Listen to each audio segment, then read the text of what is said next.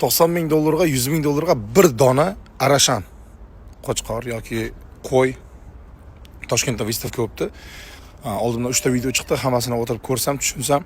Endi tushunmayman-da, unaqa katta summalarga bir dona paroda uchun deyishyapti, urug' uchun deyishyapti, tushunmadim men. Agar qo'y ishqibozlari bo'lsa, bir kommentariyaga bir yaxshilab tushuntirib ketinglar.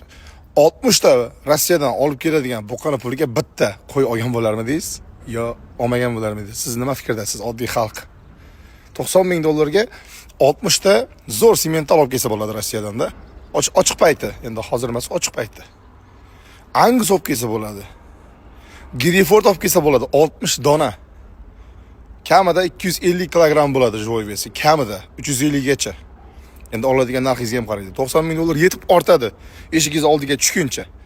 Bitta qo'y olasizmi yo selay bir mashina mol olasizmi? Buqa ya'ni. Men hayron qolyapman. Urug'ga bo'lsa ham, masalan, men belgiyskiy chiqaraman-ku, belgiyskiy paroda. Belgiyskiy paroda, например, 380 kilogrammli belgiyskiy paroda $7,000 ga keladi. U ham $90,000 emas-da, $7,000. O buqalarning eng zo'ri, buqalarning eng elitasi. Shunaqa tushuntirsam bo'ladi.